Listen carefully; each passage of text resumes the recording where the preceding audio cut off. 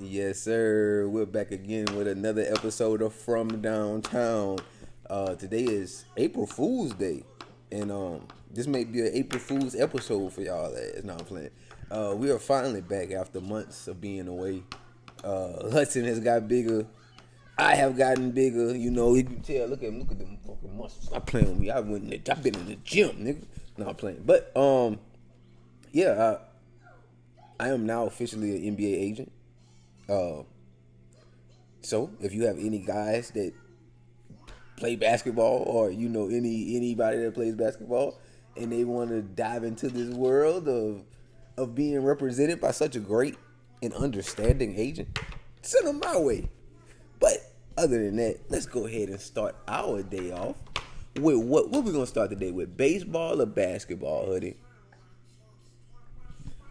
Well, you know what? They ain't see us in a while, so let's talk about life first. How have you been, Hudson? Now that you're a little older now, I think he's 7 months now. Yeah. Tell him how you been. You ain't got nothing to say. All the shit you be saying, and now you don't want to talk. Yeah, okay, all right. So since he's shy right now, we're going to go ahead and talk about basketball. Last night, me and him watched Ja Morant take on the Celtics, in which we went down kind of terribly in the second half. So, today it's a good slate of games. I think it's like 8 to 9 games tonight, and I think we have a good segments to talk about here. You all right? All right. So starting it off with the Suns at the Bucks. Honestly, we haven't talked in a long time. Like, we haven't been able to discuss like the way the Suns season has been going. I think y'all see it now, but that was something I definitely kind of saw happening early, but it didn't. I was like, okay, it's Devin Booker, KD, and Bradley Beal. It can't be that bad. But over time, it just like continuously got more detrimental as an organization. I think those three like became more detrimental to the organization, and than actually being a help. A lot of the things that Phoenix does, basically, it's like playing freeform basketball. It's like you playing outside at the park with your best friends, and it's like I don't think Budenholzer are going for that. I think he need at one time during this shit, it was like a month ago, like 2 months ago, like Devin Booker was like explaining something in the huddle, and Bud was like, "Man, you need to shut that shit up. Like I don't want to hear you talk.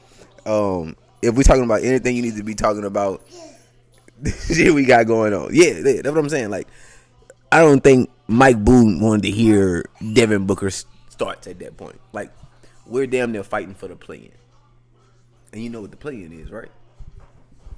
It's when you're right outside the playoffs. You're like right there, but you could be a good team, so they're gonna give you a play-in game so that maybe you can beat out one of those teams that's there, and you can get a good playoff spot. What you got to tell me? You got to talk into this. No, talk. That. Yeah, that. No, not breathing in the mic. You got to talk into the mic. But like I said, I think the Suns, I don't think they figure it out. I think KD is definitely leaving. Like, if I could use any of my intuition, I think that KD leaves. I think that Bradley Beal finds a way to leave this offseason. I don't think that the Suns look the same next year. I think Devin Booker is going to be that only piece that kind of stays relevant or stays permanently with the Suns. Yeah, because he's built that organization into what it is, and I don't think he's the one they could let walk away at any point. So I think KD's gone. I think Bradley's gone, but in all honesty, it's the writing was on the wall early. Like the same thing with the Bucks, like the team they're playing against tonight. The writing was on the wall early. They just never made the Bucks made the right decisions during the middle of the season. I think trading Middleton was kind of iffy, but now looking at it and looking at the roster that they have, hopefully defensively in the playoffs they could be better. But like Kuzma's actually playing great defense. Like a lot of those guys that they got back out of that, out of that trade was being serviceable for them to actually be great, especially when you have somebody like Giannis and Dame. You have people that can score the ball at will. So, yeah, honestly, I think they playing more team ball. The Bucks, that is. Doc Rivers kind of figured out some shit, but I don't think Mike B figured it out how to make the Suns work like they should. Damn, you need a bill, man. Stop all that slobbing. Tonight we also played the Grizzlies. That is, when we say we, we're some Grizzlies fans around here, grit and grind. But we have a home game tonight against the Warriors. I want to say the Warriors have been on like on a nice little run since the Jimmy Butler trade. We weren't here to talk about that neither. So I'm thinking that out of everything that happened over the league over the past couple of months or weeks, as I was studying and preparing for that test, and as well as just BSing all the way to April 1st to start back podding. But yeah, I think that honestly, the Jimmy Butler trade, the Luka trade, and maybe, to be honest, I'm not going to say the Middleton trade, because Chris Middleton is doing enough for those young guys in Washington, but I don't think both sides were respected in that agreement. Like, sending Chris Middleton to Washington just didn't feel right, but getting back Kyle Kuzma, AJ went to Washington. So yeah, like, I don't know. Like, dumping those contracts probably helped them for the long run, especially if they think that Giannis is legit going to stay and try to build around him for the offseason. Yeah, Chris Middleton was making a lot of money to be hurt. I see a lot of that, but I just don't understand that big of a move. Like, when I look at the Luka AD trade, of course AD is injury prone and he was hurt for the first game that he came back. He played for the Mavs, but I think he's coming back soon, and I feel like that was a good trade. I feel like even though it's not, when we look at it objectively, we would say it's not a 1-for-1 trade, but like I heard people say, like, AD, like Spencer Dinwiddie was on Club 520 and it was like AD is the best damn the two-way player in the league. Like, you gave up one of the best players to get another good, no, not a good player, get a great player. So I just feel like keeping him on the court is going to be the biggest thing, but that's something he's going to have to work on, especially being in Dallas. Hopefully they find a better, well, no, Dallas kind of has a good athletic training staff. Oh, you throwing up? Man, what is wrong with you? Stop, you can't eat that. Wait, we'll be right back. Do. You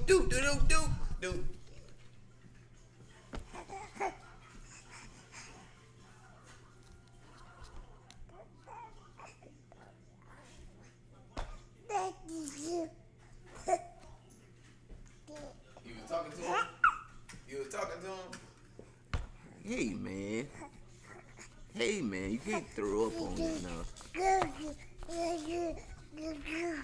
Yeah. And what else? And what else they got? Because you got a lot to tell me, sound like. You got more to say? All right, but back to what I was saying. I feel like, honestly, those trades, Jimmy Butler trade, that is, with the Heat getting back Andrew Wiggins, I feel like it helps him for the long run. But Andrew is always going to hover around that 16, 18, 20 points a game. I don't think he ever breaks that 22, 24 threshold. Like Jimmy would every season, or at least come close to. But a lot of the things that the Heat are doing right now, I think it's just to kind of not necessarily blow it up, but to start building around Bam. Because Bam has been putting up some great games. I'm talking about games like you'll be like, is he the best big in the league? But honestly, yeah, I think if they start to legit build around Bam, it wouldn't be a bad idea for that Heat team. Because that roster could, like, the Heat team could play with legit anybody. Like, we know for the past couple of years they've been out there with damn near, not scrubs, but kind of like people's bottoms of their bench type of thing. Like, they're turning Gabe Vincent into a great player. They're turning Haywood Highsmith or something like that into a great player. So I think that, like I said, like the trade with Jimmy Butler going to the Warriors was actually a great thing for the Warriors, especially what they were at the time. I think the Warriors were like in a 10th seed, 9th seed, and then they got the Jimmy Butler trade happened, and now they fucking look like it's definitely going to be in the playoffs. Regular season is quickly coming to an end. I think we got like a week or 2 more weeks before the playoffs actually start. So tonight will be a good test to see if the Warriors could beat, the number 3 team in the Western Conference. I think we're number 4 now after that loss, but in the Western Conference, and just see where they match up, especially tonight. That's why I think that we give them a good game at home. But the Warriors definitely probably have our hand here. Last game that I really want to talk about is the Nuggets against the Timberwolves. Timberwolves going to Denver again. Last time they played, I think Jokic had like a monster-ass game against Rudy. So I think that tonight that kind of happens again. I think Anthony Edwards, the way he's been playing and the shit he's been putting in social media, he better go hard tonight. Because that boy say, yeah, I don't even want to know if the baby alive. I'm like, all right now, my nigga. But shit, other than that, like, man, ain't going to go out there and probably have another 20, 25-point game. The biggest thing tonight is to see how Julius Randle plays, especially being on that swing, in that swing position now that he's back, being that type of better scorer than Aaron Gordon is for the Nuggets. But, yeah, I think that that trade as well, it kind of, now that we look back at it, I think that trade was, I think that trade, I would give it 60-40 to the Knicks right now. Because the way Cat played in the beginning of the season and just playing now, like, it's outstanding. Like, I have never seen somebody we said had to play the 4 go to playing the 5 in one of the biggest markets and actually consistently provide like a true big man. And it's like, Cat gonna stay on the 3-point line, but when you look at the stats, it's like, how the fuck did he put up 25 and 12? How the fuck did he put up 30 and 15? Like, Cat has been giving us some good games that we were able to like really enjoy and say that maybe this trade was bad for the Timberwolves. Because when I looked at it earlier, I don't know if I can go back and find it, but I would definitely go back and look. Like, when the trade first happened, I said the Timberwolves won that trade. I still feel that way just because of the ability that Julius Randle has, but I didn't expect Cat to go out there and have a fucking great season with Tom Thibodeau. With the way he plays his players, with the way the minutes and the rotations roll, like, I just didn't think he would be able to succeed there. But, hey, he actually is. Hey, stop leaning back. Other than that, I think, yeah, like I said, I think the Nuggets win at home tonight. But I do think it's a big game. The Nuggets. I think the Nuggets. I think the Nuggets win tonight. Gonna be a close game. But yeah, back to our regular scheduled program. From downtown, this is more than a sports podcast. This is like a baseball lovers podcast. And we missed opening weekend last week, but hey, I'm here now. And honestly, only thing I can tell you about baseball right now is it is not as top heavy as the past few seasons have been right now. Like I say, the Braves off to a terrible start. Padres winning some games, losing some games. Yankees can't really figure out what the pitching is going to look like or the bullpen down the line. I think they can hit the hell out the ball. I think y'all saw like the past couple weeks in this past week they've been going on fucking runs with this new torpedo bat that they broke out that has more width at like the inside barrel part of the ring. So like you're not getting jammed anymore. Like I feel like that's a cheating mechanism, but somehow I don't understand how it's cheating. Cause you put more wood on the inside part of my barrel. Pause. Jesus. You put more wood on the inside part of the barrel, and it's like, yeah, I'm not getting jammed no more. But how the hell am I still generating enough power to get the ball out of out of the ballpark. Like, even though the Yankees ballpark kind of, that right field fence is very short, so I think that a lot of those home runs that happen early, like Wells, I remember watching. There was like Austin Wells' first at bat of the season, Oppo Taco home run. The shit wouldn't have went out nowhere else. And then the same game, I think it was like Anthony Volpe, or somebody else, and it was like, this shit wouldn't leave the park at any other stadium but right field in Yankee Stadium. So that team right now is basically a team to beat, like the Dodgers, like they always are. Because, you know what I mean, in that market, that big of a market, you kind of can run away with the money and shit and try your best. But I think that their bullpen is going to be their make or break this year. Offensively, I don't think they're going to have the problems that they did last year, especially with finding a true leadoff, in which I think Austin Wells could be. Lefty or righty, he can lead off.